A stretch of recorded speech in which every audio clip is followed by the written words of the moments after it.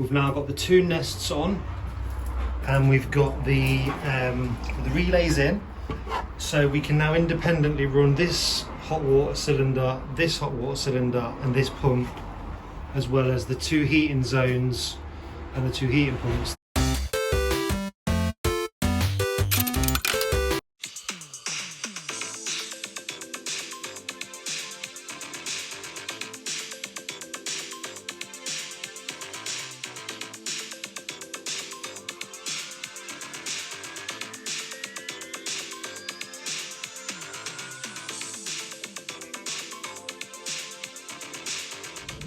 What's up guys, happy Sunday.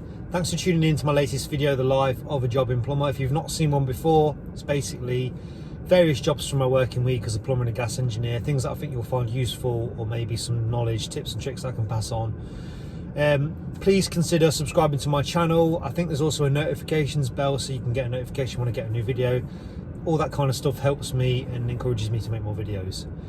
So, busy week last week. I've been working with Glenn in the plant room. That's not what this week's video is about, but that will probably be the next weekend's video.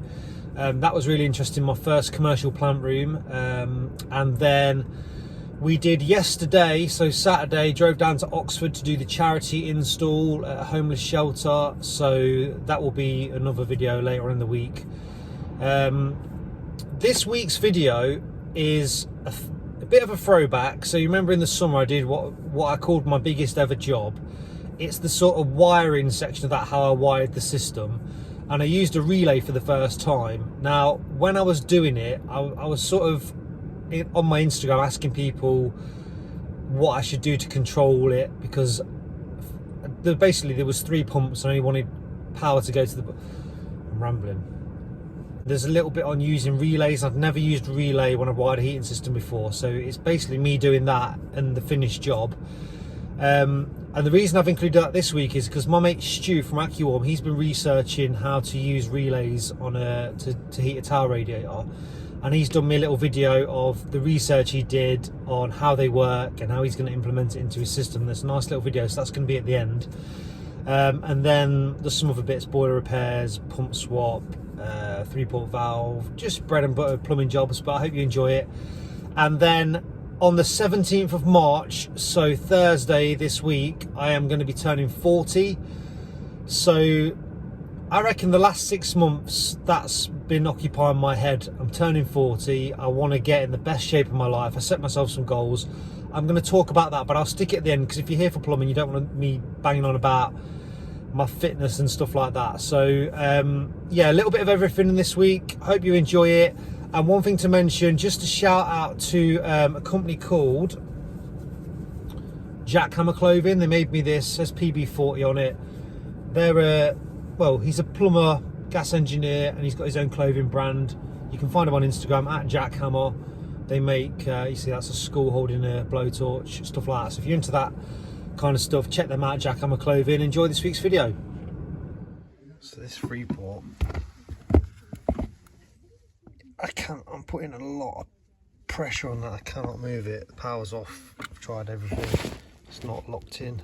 Just will not move. So I'm swapping it. Just want to show you this. I think I showed this a long time ago, but someone on Instagram the other day asked me what Joker spanner fits a 22mm nut, and those Joker spanners, I think it's the 32mm one, is about 40-50 quid, whereas this from Toolstation, which is called a split ring spanner, is 8 quid. So you have 22, this one, and then this one will fit 15mm compression. It says, there we go. Yeah, don't waste your money on a expensive Joker when that's 8 quid and it's perfect. It's great for getting under borders as well because of the split ring. So got the valve out. Sometimes you get lucky and you don't even have to split them, they'll just pull off if they're not done up too tight. So they've all come off. So we'll get the new one on. So, B for bath. This one's actually on a tube, so it's got like an element, 15mm copper element that goes in to heat it, rather than a coil.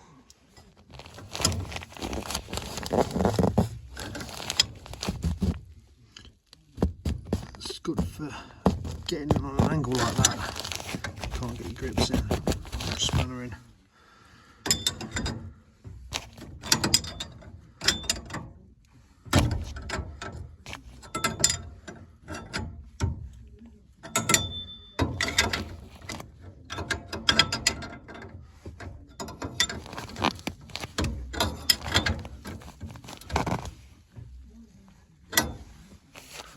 So I've got 2 bleed points on top of this. I'm just bleeding this to let the water back in. So that's basically just a tube inside that heats up indirectly. Standard. When the wiring's a dog's dinner like that, just take your time, take one wire out at a time. So take the white out, put the new white in. Take the orange out, put new orange in, like that, and then you won't go wrong, because sometimes it can be proper confusing. So while I was doing that, it was filling back up. So system's full now. We've bled the coil, bled the radiators, so go and test it. Show you this old valve. So you can see there, it's covering port A, which means the heat wasn't going to the radiators. Now, you see the force I'm putting down my thumb, it's bending the thing. Just will not move. This was a nice job I did recently. It was a lovely old couple, and they rang me up because they said they think they need a new boiler, so they're expecting me to go around and quote for a new boiler. But when I asked them what the problem was, we turned the boiler on. It was just making a loud banging noise, and I said, do you mind showing me the pump? And sure enough, it just needs a new pump. So rather than a quote for a new boiler, I just quoted them to swap the pump. So we just put some new pump valves on and this Grumflex pump. This was really difficult because the nuts were on really tight and only had sort of that much movement, but managed to get them undone. Pop these 2 out the clips just so I could move it out of the way, and then lift the pump off because I could not budge the pump valves there to slide the pump out. That's inside the old pump. It's quite a dirty system. I don't know how, but I managed to get both the old nut and olives off without splitting the olives. But they were really, really tight to undo. So get the new valves on now. So the pump's pumping down, which means the head's on the wrong way up. So I'm just going to spin the head, undo these 4, and then just turn it so it's the right way up.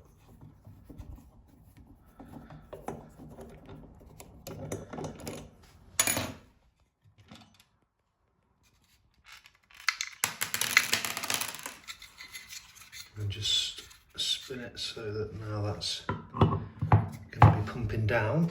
You can see the arrow there pumping down, but the pump's the right way up.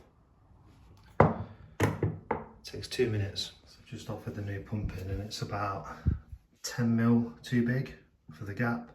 So I've took that pump valve off. I'm just going to cut a slither off the top of the pipe if we get this in. About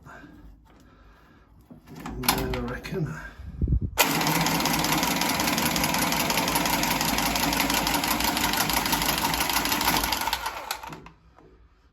Okay. Just a little bit. Right, so the pump's on. Now before I wire it up, disconnect the old one and wire the new one in. I'm going to turn the water back on, take the pump out. This is the plug power connection to this pump.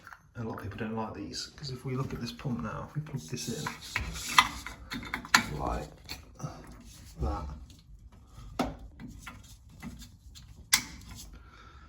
cable sticks out the side, but you can turn these around.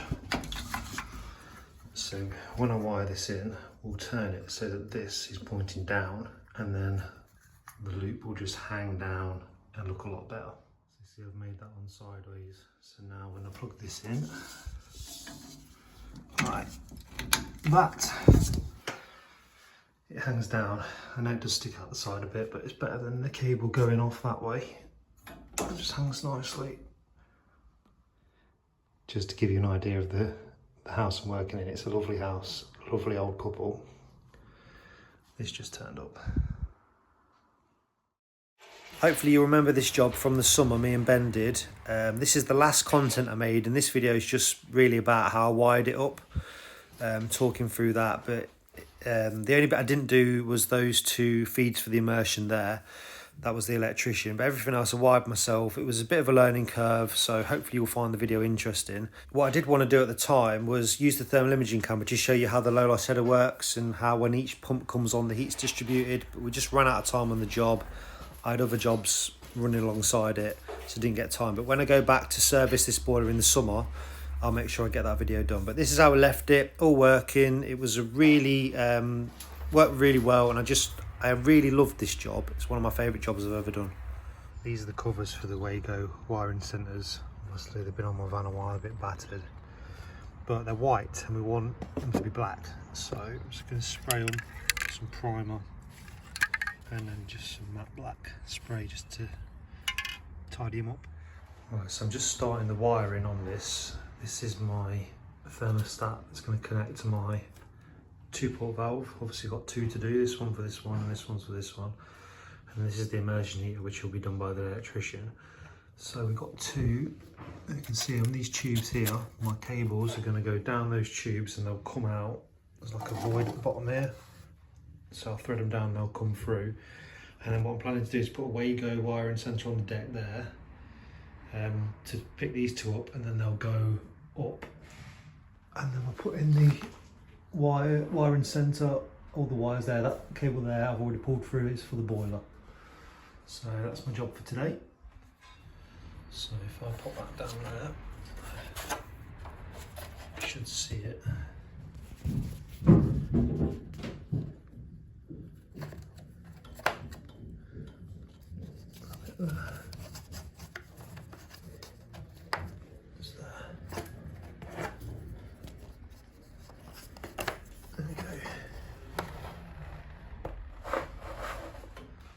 That's the primer done, and now I'll give some black. First coat. Right, so I've had a bit of a brainwave. I'm mounting the wiring centre on the upright, the cantilever. It keeps it off the ground in case there's a leak or whatever, but also it makes it a lot easier for me, and it's kind of more in the middle, because didn't have that much spare flex from this. So I've got this is wired in, this is wired in. Obviously then I've got my cable that's going to come down from the wiring centre up there into this to pick up what I'm doing in here now. But just want to show you this. So as well as the one I showed you in here, we've also got a channel underneath. So you see I'm threading this cable through. So if I push this one through, you should see it. Says, there we go. So that one's come all the way through. That's going to be my pump feed. The pump's going to spin, but that'll be my pump feed, and it just makes it a bit tidier. So the controls, unfortunately they're not having valent controls. They want nests, because they're having Nest cameras, Nest doorbell, Nest everything. So I've got 2 nests, one for one hot water cylinder and one for the upstairs heating, one for the other hot water cylinder and the downstairs heating.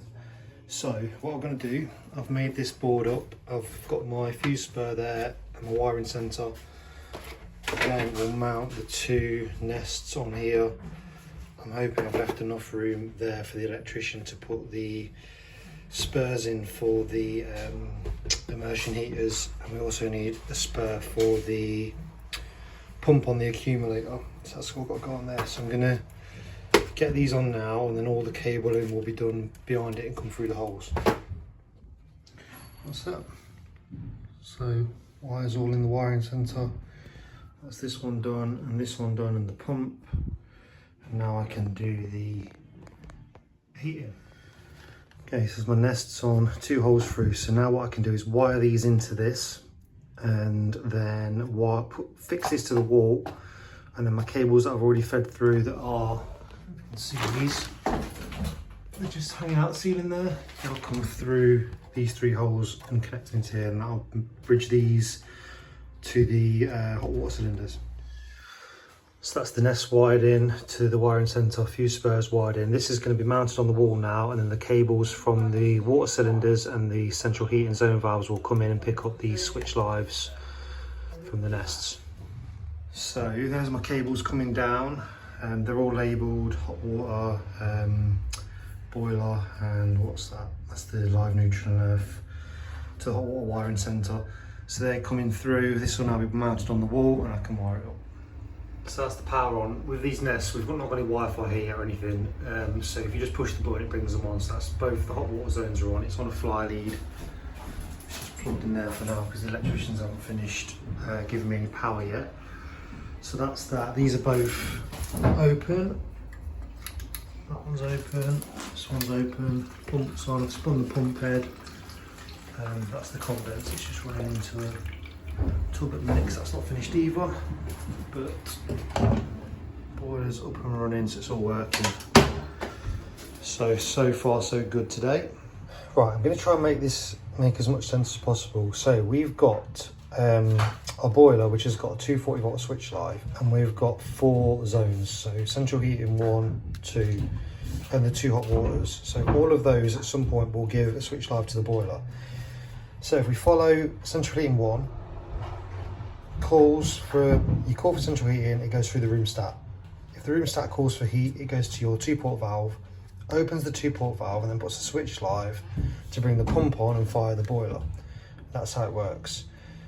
The 240 volts going to the boiler will be also connected in with the other central heating, the other hot waters, and will go as far as the orange on the zone valve, but no further. But because we've got our pumps on this side of the zone valve, when we've got just this central heating coil in, that pump and these 2 pumps are going to come on, even though the zone valves will be shut, which we don't want. So we're going to use relays. So the way a relay works is we have the live feed going in and a neutral, and then we split. So let me do it on this diagram here. So same as before, central heating calls, goes through the room stat. If the room stat's calling, it sends power into A1, and we also have a neutral into A2. Then it goes into the zone valve opens, puts 240 volt onto the pump to bring the pump on, but then goes into number 1 on our, which is the top one, on our relay, and only if it's got power and the live and neutral A1 and A2 will it let it go through to fire the boiler up. Now what that means is when it gets to the switch live on the boiler, which is also connected in with the other zones, on these zones, which will also have a relay, the 240 volts will come back from the boiler and it will stop at number 2 because it can't go through to bring the pump on unless we're calling and we've got that live and neutral on that side. I hope that makes sense. So basically these relays stop the switch live coming back from the boiler and bringing any of the other pumps on. Right, bear in mind this is temporary. We've got the whole thing running off the fly lead, but we've now got the 2 Nests on, and we've got the relays in, so we can now independently run this hot water cylinder, and this pump, as well as the 2 heating zones and the 2 heating pumps. They all work individually, they all fire the boiler up. When this one's running, this pump doesn't come on, you know, everything's working as it should, and they're the relays. You can't see because it's so sunny today, but when each one's calling, there's a little orange window and they come on. So we've labelled all those. We've got hot water 1, hot water 2, you can't see it. Heating upstairs, heating downstairs. Everything's working as it should. We had a little bit of tinkering about. This is just temporary, just so we know it works, and then it's all going to be fixed. We'll cut those down or cable tie them up, but the important thing is it's all working, and I've done my first relay job and I'm really pleased with it. So yeah, it's quite hot in here, but at least we've got the new garage doors on so we can work with the outside. So when we wired this system and fitted the relay, it's the first relay I've ever done, so it was like a learning experience. But obviously it's my first one, so I'm not an expert on it. But the way I sort of interpret it in my head was it was like a non-return valve on the electrics. So the reason I needed it was because all 3 pumps were connected in with a switch live to the boiler. So if let's say hot water pump, central heating upstairs, central heating downstairs, if we asked for central heating demand on the downstairs, obviously the 2-port valve would open, this pump would come live and the boiler would get a switch live. That switch live would then, because these all three are connected, go to that pump and bring those 2 pumps on, which I didn't want. So the relay in my head acted as a non-return valve. So the relay there, a relay there, and a relay there. So if this pump sent power, it could go back as far as the relay and not get to the pump. And that's the way it worked in my head. Obviously, you've just seen my video. At the end of this video is Stu explaining how these work. Right, on site today, we're doing something a bit special. We're doing a beer tasting. So we've got Cherry Creek, Strawberry Fruity, and this one, which is pale ale, lemon meringue ice cream sorbet flavour, 6%, so we're all going to be hammered. That has been in there for weeks. I don't even know whose that is, but this is what we're doing now. Don't drop them, Pete. Oh shit. Right. Separate them onto 3 glasses and give them a try. Right, so there's the Creek, nice cherry red colour, Fruity, nice strawberry colour, and then the lemon meringue ice cream sorbet flavour, nice yellow colour. We've got an extra player in the game, so we've got another glass. Right, who's trying first? Joe, go on. Which one do you want first? So these are all that one? Yeah. Yeah, well obviously the yellow one's the lemon one. And I go in as well, lemon meringue. Yeah. Lemon meringue. Where's the spit bucket?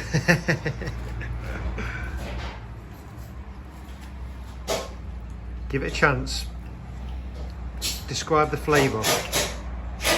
It's like lemon squash. It's a bit like grapefruit. Grapefruit Yeah, and lemon. bitter grapefruit. And do you get an aftertaste of vanilla for the ice cream? No. It's kind of like a Hogarden. A little bit. very nice. Let me try It's a it. bit sweet. I couldn't drink a pint of that. I couldn't drink a pint of that, no. No. That's enough, isn't it?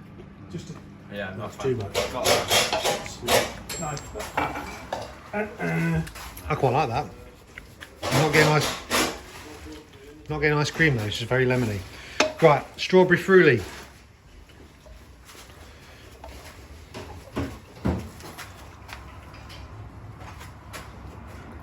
Definitely smells of strawberry.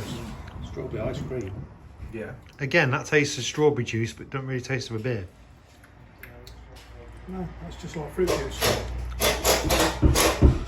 I don't think I could drink it all night.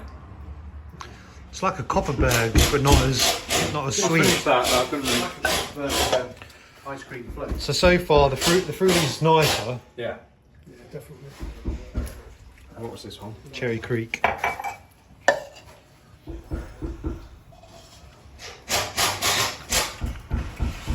Yeah, definitely cherry. Bit flat. Oh, it's a bit very short mayonnaise. I think I'd give that one a complete miss. Would you? Oh, no, that's a... Right, where are we going for a pint of Guinness? Right, rank them in order. So this one was last. Yeah. No, cherry last. Cherry Yeah, last. cherry last. Okay, cherry last. That I think, first one. Oh, I think that's the best, yeah. Yeah. Fruity wins. I think I'll go with the lemon one first. I didn't mind the lemon one actually. I think I'll go first, second, third. Yeah. Yeah. Agreed? Agreed. Yeah, I'll give you that. Right, back to work. Hi there, my name's Stu. I run a company called AccuWarm, and I just want to share a little bit of knowledge which I've recently gained through the use of Instagram. And this is just a bit of an overview of the job. So basically, I installed a heating system for a customer, and there's towel rails on a timer, and the rest of the house has radiators on timer and thermostat. And the customer didn't want additional radiators into their bathrooms for the aesthetic, so we just opted for a timer. Now, customers saying actually on some of the cold days the timings aren't quite enough, and it'd be great if we could have them on when the rest of the radiators are on. So it's got me thinking, well, that sounds pretty simple. I thought all I really need is some kind of switch here which will allow that to override that, which got me onto relays. Now, I know absolutely nothing about relays at all. I knew they existed, I knew this was possible.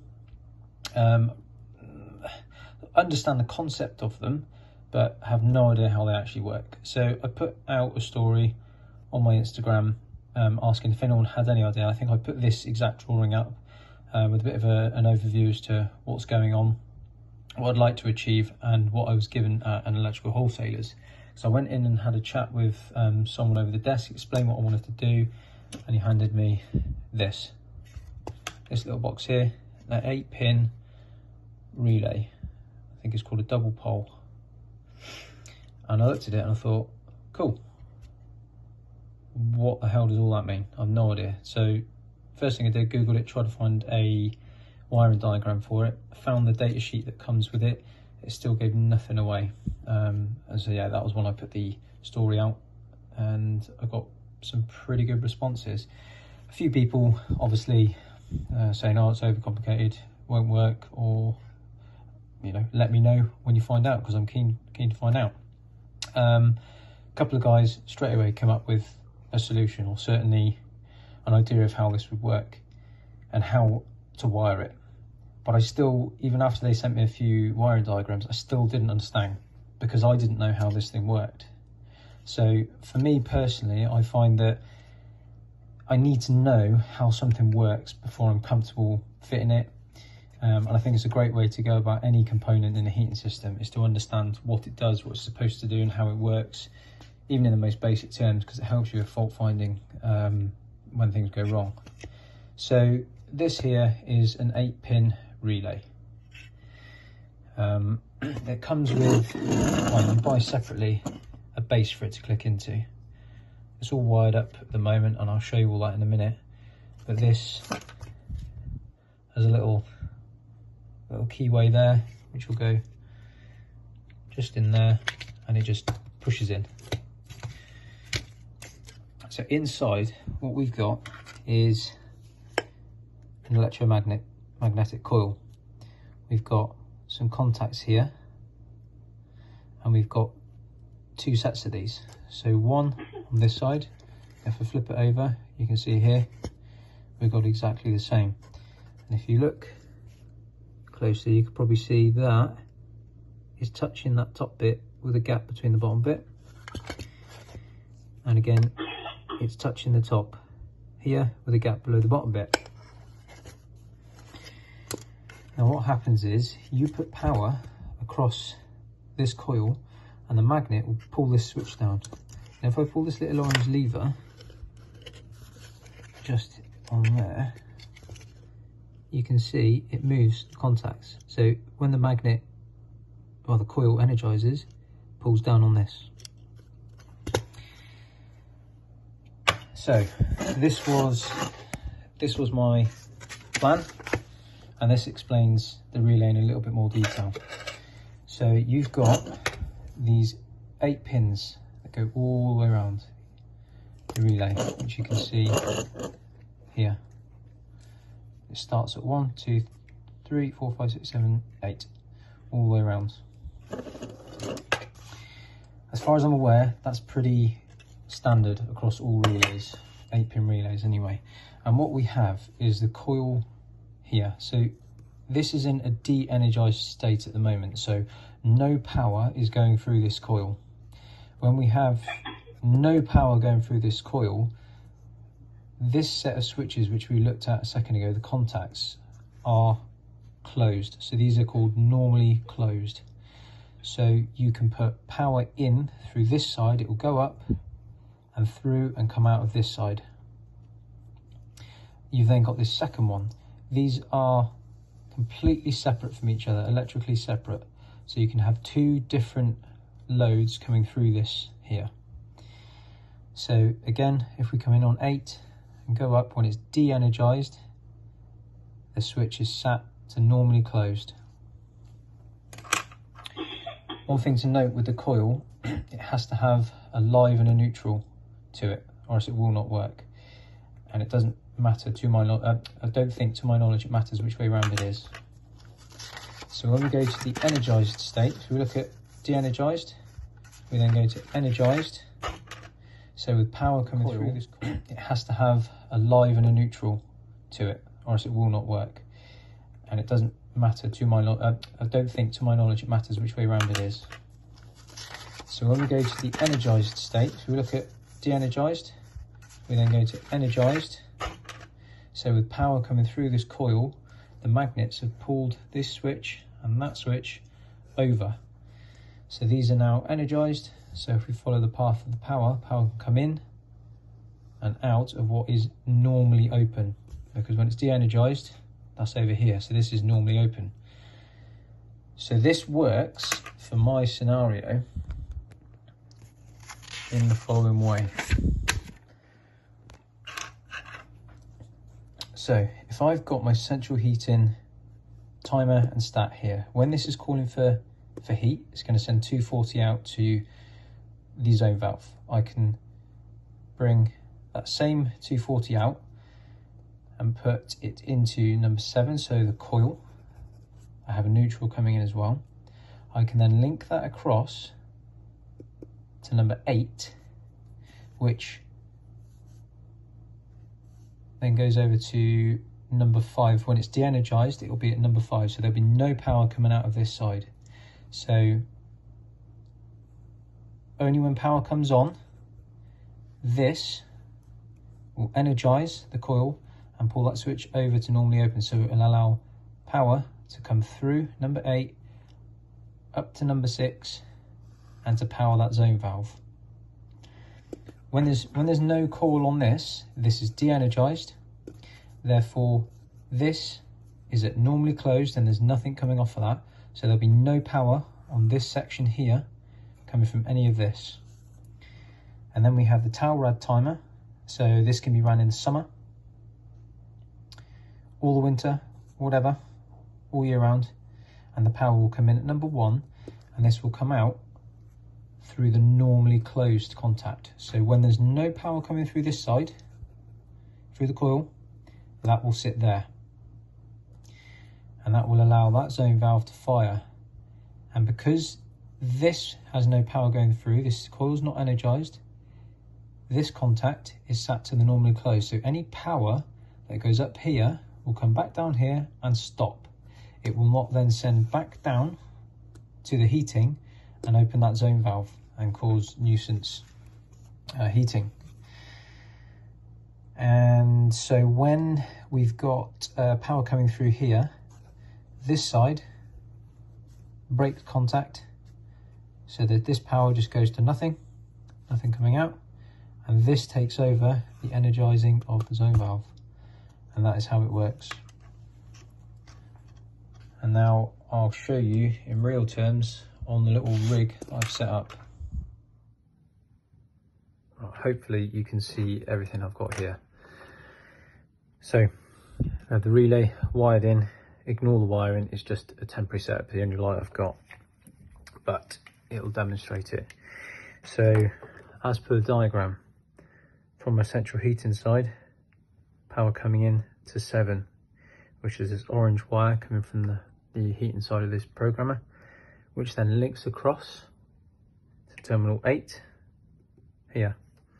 We've then got power coming in from the towel rad timer to terminal 1, which comes from the hot water side of this programmer, which is this cable here, and then a neutral.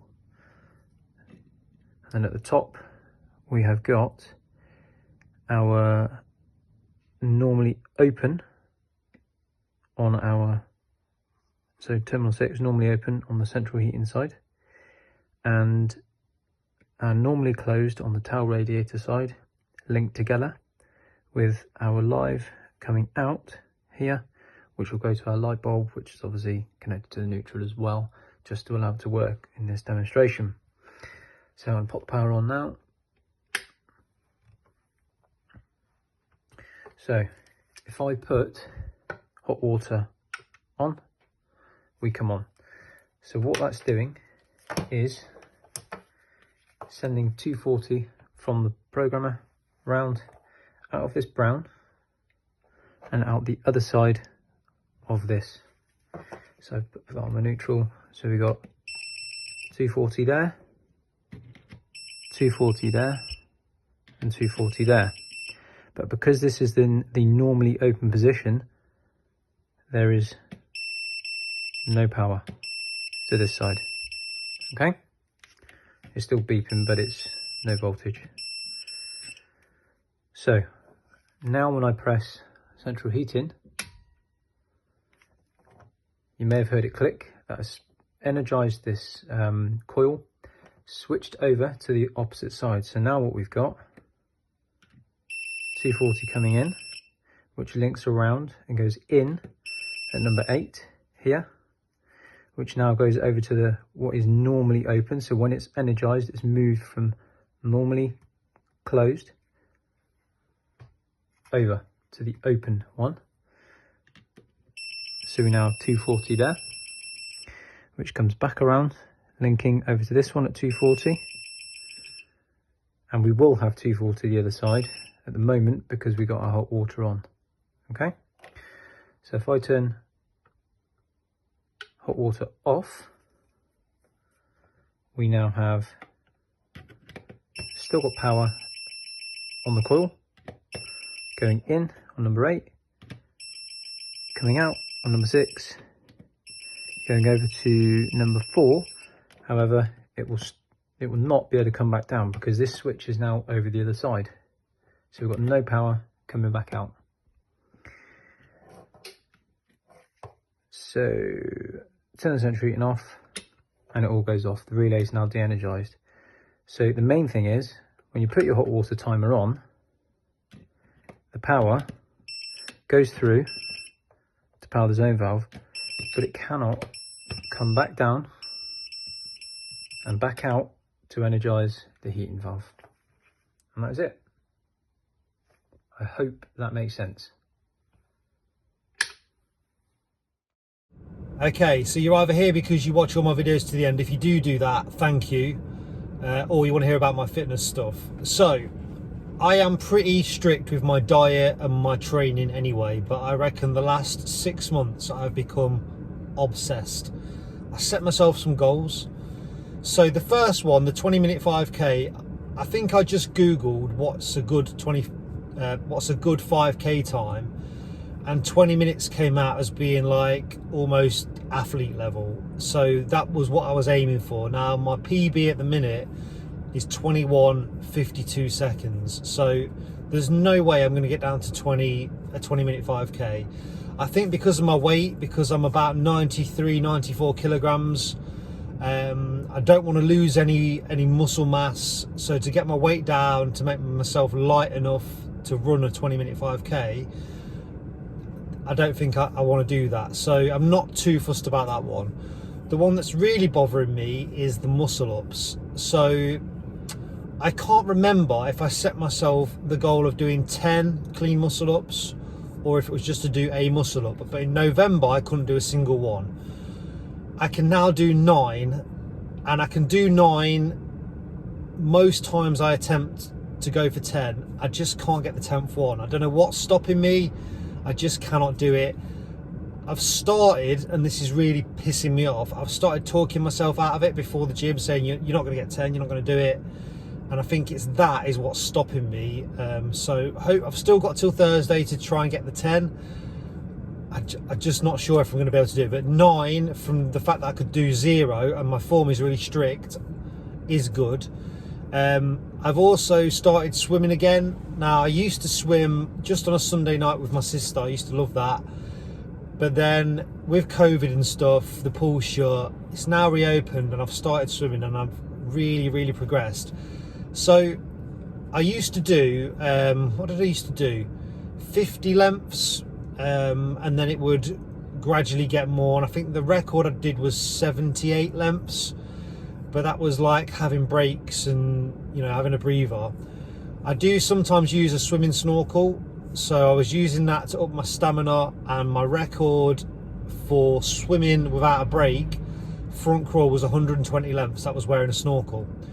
So once I was doing that consistently, this is in an hour swimming session, once I was doing that consistently, I decided to take the snorkel off and concentrate on improving my breathing, because that's one thing I really struggled with, feeling like I was drowning after like 2 lengths. So I gradually built it up. What I would do is 1 breaststroke, swim back front crawl, 1 breaststroke swim, back front crawl, just to practice my breathing. And then I started doing front crawl only. And I was getting to like 4 lengths, feeling like I was going to drown, but I've stuck with it. Once I got to 10, then I did 12, 14. Once I got to 14, I jumped up to 20. And what I found was once I did 20 lengths, I could keep going because I kind of got into a rhythm with my breathing. And now, so the last 3 sessions, I've swam a mile, so that's 64 lengths, front crawl, no breaks, without my snorkel. So that's swimming a mile basically, front crawl, which I'm proper happy with because I never thought I'd do it. Struggling to do like 2 lengths, 4 lengths with the breathing. The fact that I can swim a mile now, and I did push it a little bit. I did 76 lengths without stopping one day just to see how much I could do, but I ran out of time in the pool. They told me to get out. So if you are a swimmer, I'm doing that mile in 32 minutes. So now I can do that. That's something for me to aim for, to improve on. My other goal was body fat. I wanted to get under 10%. Well, I've pretty much nailed that straight away. When I get tested at the gym, they do it with calipers, so it pinches the skin at different points. I started off at 13%, and then I'm currently at around 6% body fat, according to him. Now, even if it was a few percent out, I'm still, I think, below 10%. So I've got that one done. And then any other goals did I have? Oh yeah, that was keep my body weight above 90 kilos, which I've also done. So the low body fat, but the weight, maintain the muscle mass. And I started doing cold showers as well. Started off 30 seconds. Again, that was really tough. No, the first day I did it was like 10 seconds, couldn't breathe. Then did 30 seconds and started building it up. I'm now doing 5 minutes, pure cold. So I just get straight into a cold shower, stay in it as long as I can, then get out. What I started doing, once I could do the 3 minutes, I started just treating it as a normal shower. So I'll get in, wash my body, wash my hair, wash my face, conditioner. By the time I've done all of that, 3 minutes is gone, and then it's just the sort of seeing how far I can last. I don't think there's that much benefit staying in any longer than 5 minutes, so I'm happy with the 5 minutes. But every morning, even though I've done it since the 15th of January without a break, every morning it's a mental battle to get in, because you know it's going to give you that shock when you first get in, but once you're in, it's fine. So that, I think that's really improved my mental health. It's really improved I feel like my skin's tight and my muscles feel better. It's weird to describe it, but the cold showers I think are really doing me good. And then my diet, it's clean anyway, but I can't tell you how obsessed I am with my 6-pack. So just getting it so you can see it all the time without having to like use lights or angles or anything.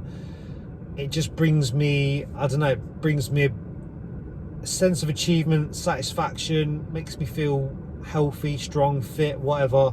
I just love it. So it's a big part of my life. It's my only hobby really. So yeah, I have been toying with the idea of doing some kind of fitness videos on the piggyback on the side of these plumbing videos. Let me know in the comments if that's something you'd like to see. Obviously, my thought behind it was, I'm 40 years old, I work full time, so I'm plumbing 6 days a week, and then I gym after work, I swim before work, and I eat clean. But there's no, like, I'm not trying to sell you any weight loss products, or I'm not on steroids or anything like that, so I can just give you an honest thing and say, look, this is how old I am, I work full time, and this is what I look like. If you want to get similar look to me, here's what I do, and then you can stick to it or you can not. But that's something I'm toying with at the minute. Who knows whether you have time to do it, because I don't have time to do half the things I want to do. So saying that, yeah, I'm 40 on Thursday this year. So from March to March next year, I just want to like experience more things. I want to do some outdoor swimming. I want to do 50 different park runs, so a different park run every weekend. This year so far I've done Oxford, Stratford-upon-Avon, Leamington, Lichfield, Evesham, one in Leicester, one in Loughborough, 2 in Nottingham, one in Northern Ireland. I'm going to do another one in Northern Ireland next week. One in Huntingdon, it's near Cambridge. So that's my plan. Go on loads of adventures, do loads of running, stay fit, grow the YouTube channel. I don't know. I also toy with the idea of a career change, not a total career change, but I'm thinking about possibly applying to be a fireman and then doing the plumbing part-time. So maybe 4 days as a fireman on shift and then 3 days just odd jobs as a plumber. But I have all these ideas, who knows. Anyway, thanks for watching this week's video, and yeah, I'll get another one out next week. Cheers guys.